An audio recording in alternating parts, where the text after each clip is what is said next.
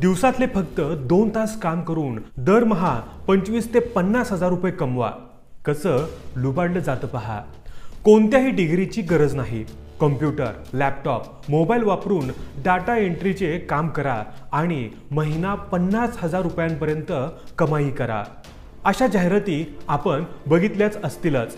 नसतील तर बघा. गुगलवर डेटा एंट्री जॉब असं काहीतरी सर्च केलं की तुम्हाला मेसेज येईलच. त्या लिंकवर क्लिक केले की एक वेबसाईट ओपन होईल. तिथे ज्या कंपनीची जॉब वेकन्सी आहे ती लिंक दिसेल. तिथे कामाचे स्वरूप दिसेल. प्रिंटेड पेजेसवरील मजकूर फक्त आहे तसा टाईप करायचा असतो. असंच काहीतरी सोपं काम असतं. जर तुम्हाला काम आवडले तर तुम्ही फॉर्म भरून द्यायचा. कामाचे पैसे तुमच्या खात्यावर जमा होण्यासाठी तुमच्या बँक खात्याचा तपशील द्यावा लागतो. तुमचा पोस्टल ॲड्रेस तर हवाच. शिवाय तुमचा एक फोटो अपलोड करावा लागतो एका कागदावर तुमची सही करून.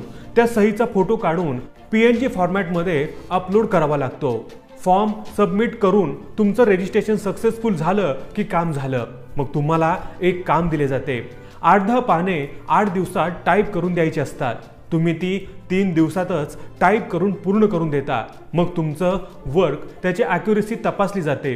90% ॲक्युरेसी नसेल तर ते रिजेक्ट केलं जातं. तुम्ही पुन्हा ते 100% ॲक्युरेट करून सबमिट करता. पुन्हा ते रिजेक्ट होतं. तुम्ही मल्टिपल डिव्हायसेस यूज केले आहेत असे कारण दिलेले असते. तुम्ही सबमिट केलेलं काम प्रत्येक वेळी रिजेक्ट होत राहतं.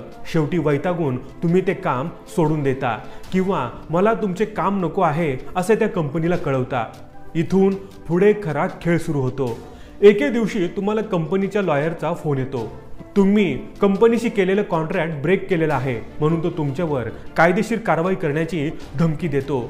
तुम्हाला दिलेलं कंपनीचं काम तुम्ही वेळेत आणि ॲक्युरेट करून न दिल्याने कंपनीचे नुकसान झालेले आहे. त्याची नुकसान भरपाई रक्कम तो मागतो.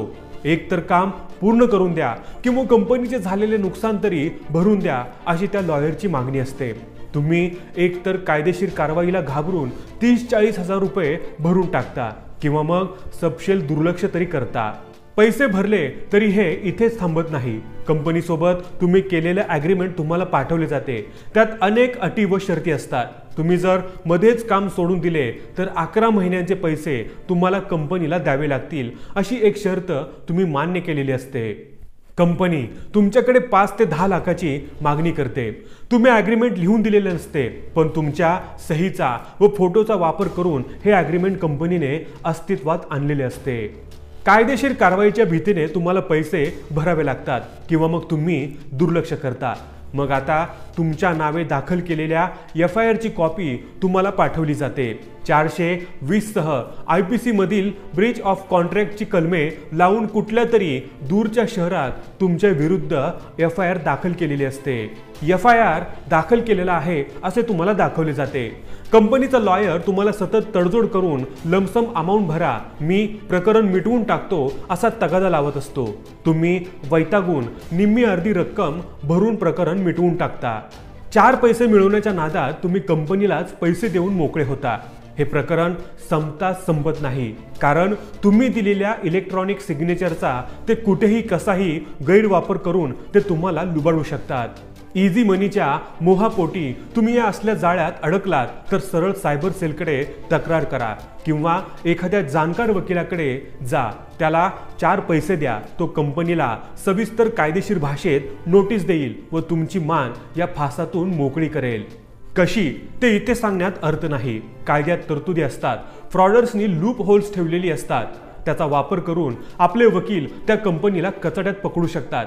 पण त्यासाठी वकिलाला अभ्यास करावा लागतो. कायद्याची पुस्तके वाचावी लागतात. म्हणून तर वकील त्यासाठी कायदेशीर फी घेत असतो. पण ही वेळ येऊ द्यायची नसेल तर एक मोफत सल्ला. इझी मनीच्या नादी लागू नका. सोप्या कामाचे कुणीही एवढे पैसे देत नाही. तुम्हाला महिना 50 हजार रुपये देण्यापेक्षा 10-15 हजारात ते एखादा टायपिस्ट कामाला ठेवू शकत नाहीत का? फ्रॉडरचे स्वरूप प्रत्येक वेळी नवीन असेल पण सगळ्यात एकच समान असते, ते म्हणजे आमिष. या आमिषाला बळी पडायचे की नाही हे तुमच्याच हातात असते. तेव्हा काळजी घ्या, सावध राहा, सतर्क राहा. मित्रमंडळी, नातेवाईक यांना देखील सतर्क करा. मित्रांनो, या व्हिडिओला लाईक नाही केलं तरी चालेल, पण आपल्या मित्रमैत्रिणींना हा व्हिडिओ नक्की शेअर करा.